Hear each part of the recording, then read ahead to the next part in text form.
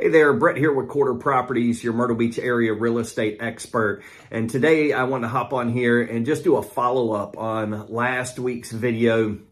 Last week I covered the huge change we had in our contract here in South Carolina. Basically, what that change did in our new contract was it does not allow for a listing broker to directly compensate a buyer agent broker for that buyer agent fee. And last week I kind of chatted about how that would impact the seller side of their transaction. Today I want to go in and talk about how that will impact you if you are on the buyer side. Okay, so I just want to make sure I cleared this up and make sure you understand if you're coming to South Carolina looking to move here, looking to buy a second home or an investment property, how will this change impact you if you are on the buyer side? So again, in the past, how it usually worked was let's say a property is listed for $300,000. Let's say you as a buyer loved it and you made a full price offer, $300,000. Well, there was already some agreement with the listing agent and the seller of that property where they were going to say split whatever the fee was, the real estate fee was with that buyer agent broker for bringing the qualified and able buyer. So that's how it worked in the past. So it would always show up, the fee would always show up on the seller's side of the settlement statement at closing, that fee for the buyer broker.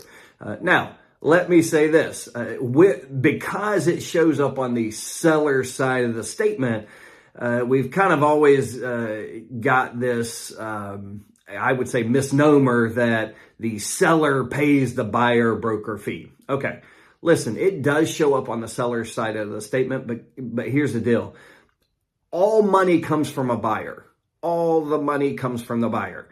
If there's no buyer, there's no fees being paid. Guess what? You as the buyer, you're paying the listing agent fee. It's all wrapped up in the purchase price. That's how it's worked kind of historically. So again, there's no money unless there's a buyer. And that money comes from the buyer, and then the buyer's attorney and the seller's attorney, they'll agree on a settlement statement, but the buyer's attorney is the one that's going to disperse the funds to whom they go to. So literally all money comes from the buyer. This is just about how is it going to show up on the settlement statement, okay? So let's talk about how it impacts now moving forward. So let's go back to that $300,000 house. Let's say you're making an offer on that house. Your first option is for your broker, your buyer broker, to use this form. It is a compensation agreement from the seller to the buyer's broker. All right, so they can use this form here, and you can see here where they can load, like if your agreement is ahead of time is a specific dollar amount, they can load that here, so let's say they're representing you for $10,000 or a percentage. So let's say the percentage, usually it's about 3%. Let's say that goes here. So basically if you're buying a $300,000 house, the buyer broker fee would be $9,000 and the seller can sign off on this. And then basically at the time of closing, the seller will compensate the buyer broker the $3,000 fee, okay? So that's the first option with how it could get written up at the time of contract. The next option is here on page 3 of our contract, we've got transaction costs. So it can just get written into the agreement here where we could put $9,000, the seller to pay $9,000 in transaction costs.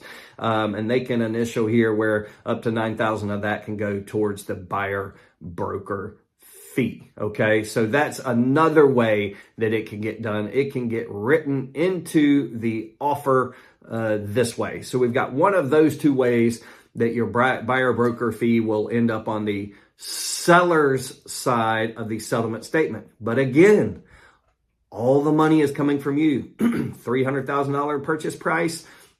It's coming from you as the buyer. It's just a matter of, okay, how does this get divvied up on the settlement statement? Now, let's say you are working with your buyer broker and you love this house and you make an offer. It's listed at $300,000 and you make an offer either using the seller to buyer broker comp form, or you write it into the transaction form portion of the contract, and the seller does not agree to either one of those. They're like, okay, hey, we're not going to pay either one of those. We don't agree to that. Well, then as a buyer, you've got a couple options.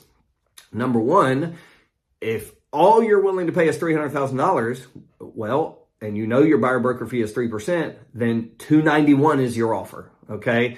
Then you're going to adjust your offer, $291. That's my offer, because I'm going to pay $291 for the house. And then I'm going to have a $9,000 buyer broker fee that's going to show up on my side of the settlement statement. So then I'll be at $300,000. Okay. Now you're still going to have your attorney fees, some different things like that, an appraisal. If you're having a mortgage, you'll have your loan fees and that. But I'm just looking at strictly purchase price and your buyer broker fee. So if the seller is not willing to have this on their side of the statement, then your offer needs to be $291. Okay. Now, let's say the seller is like, nope, I'm not taking any less than $300,000. Then you as a buyer need to understand that, okay, well, if you definitely want that house and you definitely, you're going to pay full $300,000 and you're not going to have this fee show up on the seller's side of the statement, then you're going to have $300,000 plus your 3% on your side, $9,000 plus your additional closing costs. Okay. So that's how it works. But understand, as a buyer, if you're looking at and you're working with your agent to look at comps for previous sales in that neighborhood, and you both agree that $300,000 is a true comparable closing price for that property. Well, if the other closings had buyer, broker, and seller concession fees in there, and this seller is not willing to pay any of that, then technically you would be overpaying. So you just need to work with your buyer broker to fully understand previous sales and what you're signing on to. So, all right. So those are your three different options. As a buyer, you can use the seller to buyer broker form. You can have your buyer broker write it up in the transaction section. Or if the seller's not willing to do that, then you need to look at adjusting your offer price accordingly, because the fee will show up on your side of the settlement statement. All right. I hope this video helped. If you like it, please click the like button. If you want to keep up with more Myrtle Beach area or just real estate tips in general, please subscribe. If you're looking to just chat about some real estate, you need some advice, you've got my cell phone number there and my email address, and we will be talking to you soon.